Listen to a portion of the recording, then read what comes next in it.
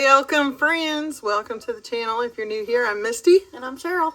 And today we're going to use some old wire bill jars to can some sauce we've made from the garden. So here are the, maybe if you film that, it might be easier. Don't think I can turn it around. We're going to use these old wire bill jars. We have some of the Ideal, Ball Ideal. And some are round, some are square, which is only indicative of the year they were made. We're going to be using some of the Viceroy rubbers, jar rubbers. These are new old stock. I get these on eBay all the time.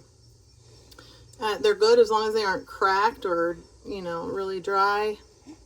And you can keep them in good shape by just putting some oil on them after each use when you clean the jar. But again, that's the Viceroy. And then the other wording is in French, and I am not nearly smart enough to pronounce that. We have some just regular jars here, too, that we're going to use for the overflow, but I wanted to try to use these, some old wire bill jars to show you how they work. And then we're just using the ball jars. These are new ball lids for the ball jars. I do want to show you something about these new ball lids. People are complaining about these, and this is why. See the gunk along the sides of the rims of these lids? They're also very thin compared to what they used to be. I don't have anything to compare them to at the moment, or at least ready to film, but that's where those complaints are coming from. We're going to use those for our extra jars. And then over here is the sauce we're going to use. We're going to can. This is our pasta sauce for the year. We didn't make a lot of it this year because we still have a lot left over from previous 2 years. Cheryl is the tomato growing master. And then we're going to use this is the All-American 930 canner that we're going to use. We're going to double stack if needed. I'll show you how to do that. We have our water in and ready to go for that, and our jar ready to, our sauce ready to jar up. So I will not, this video is more about the jars. I'm not giving the recipe for the sauce because I'm not going to argue with people. I'm a rebel. You put what you want in your sauce, and then you pressure can it for the length of time that covers the most dense item in your sauce. So if you have squash in your sauce, or if you have peppers in your sauce, then look up the canning times for those items and go with that time. Does that make sense? So whatever the longest canning time is for the items in your sauce, you're going to be good.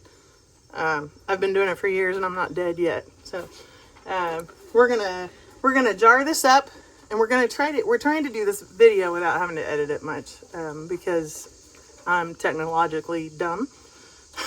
Cheryl and I are nurses, not techies. So we're gonna try to do this. We're gonna jar this up, and then we'll take back off and show you what we do next. Also, I wanted to say that something I have found when using these old jars with the rubber seals is, a lot of times they would boil the seals to warm them up first. We're going to be pressure canning, and I've actually had a harder time getting them to seal if they're wet than if I just can them dry. So I use dry seals. I do not heat them up first. I do not boil them. I don't do anything special. Just put them on and go.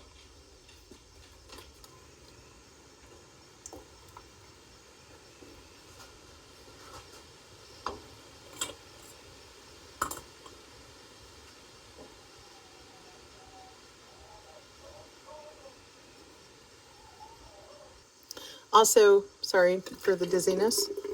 Hi, Cheryl. We're leaving about an inch or inch and a half head space on these jars. Not only does it make for a cleaner jar afterwards, but it makes for better seals. So take the glass lid. We've wiped the rim of this jar. Clamp over the top. Fasten it down. You don't have to worry about that whole fingertip tight stuff or your lid blasting off the top into your canner and making a mess as well. Cheryl's gonna add our jars to the canner here.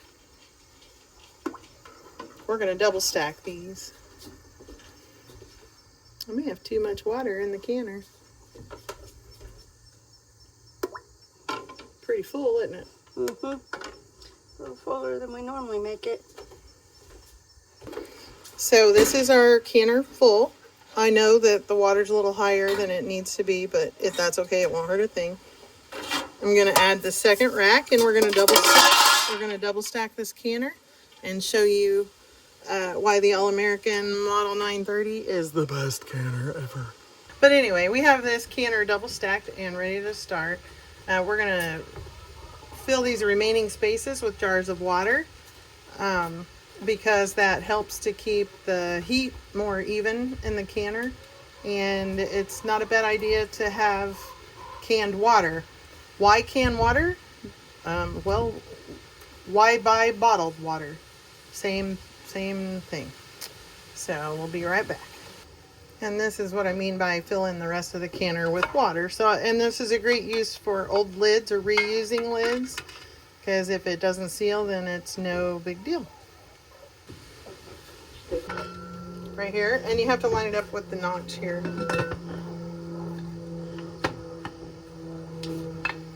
And that is the All-American 930.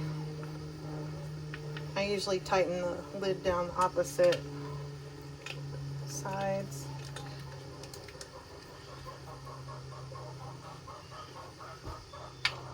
Yes, my All-American Model 930 is very slightly warped. The main thing is that your pressure gauge, you want to show that?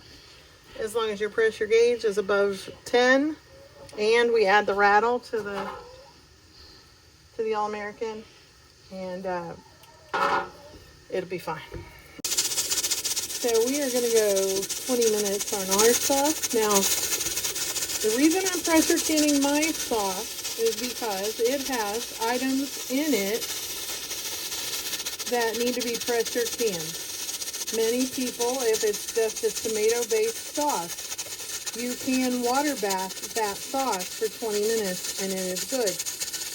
But if you're like me and you're kind of a rebel when it comes to canning things, and you put items in your sauce that are not just tomatoes, and I mean items like onions and eggplant and squash, things that the average peppers, things that, you know, the average everyday person doesn't necessarily put in their sauce. I pressure can mine. So that means that it's not just getting hot water bath for 20 minutes, it's getting the added high temperature of the pressure canning. And I'll just leave it at that, because a lot of people like to argue about what you can and can't can in your sauce, and I'm just not going to do that. So this is about the jars, but I do want to include my process for those who are curious.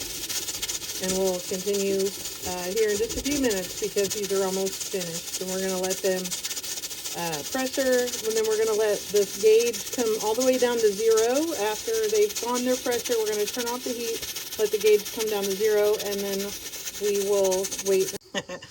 So we have done our 20 minutes. We are down to 0 on our This is all gauge.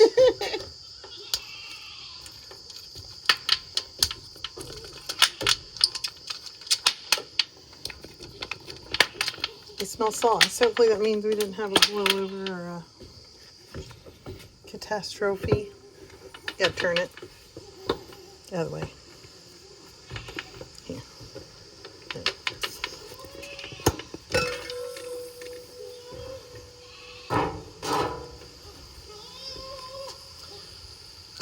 Sorry, the goats are in rut. So here are our regular jars.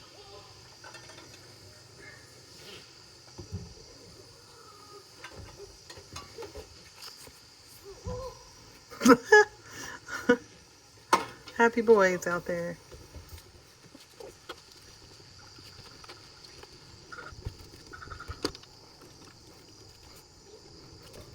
So these are hot and boiling now.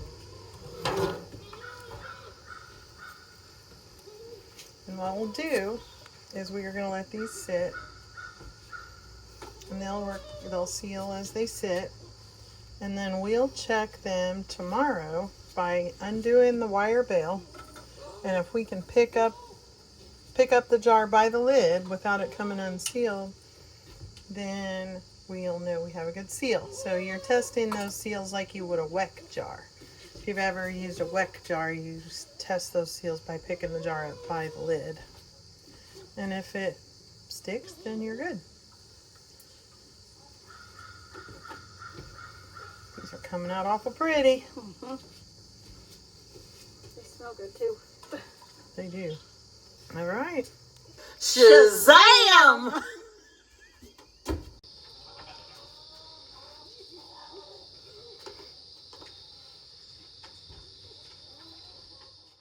All right, moment of truth. So I'm just going to unlatch. And I'm going to try to pick the jar up. Hey, there's a seal. It's not just stuck because that is clean rim. So there's nothing for it to stick to. It's sealed. 1 out of 7.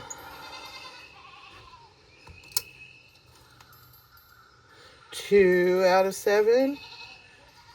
I love these jars. They're so good. 3 out of 7. And there's some weight to those jars too.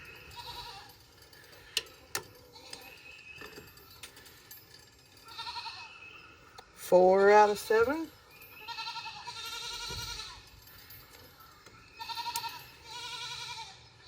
There's 5. Oh, it's a little weak. Oh, it's still sealed.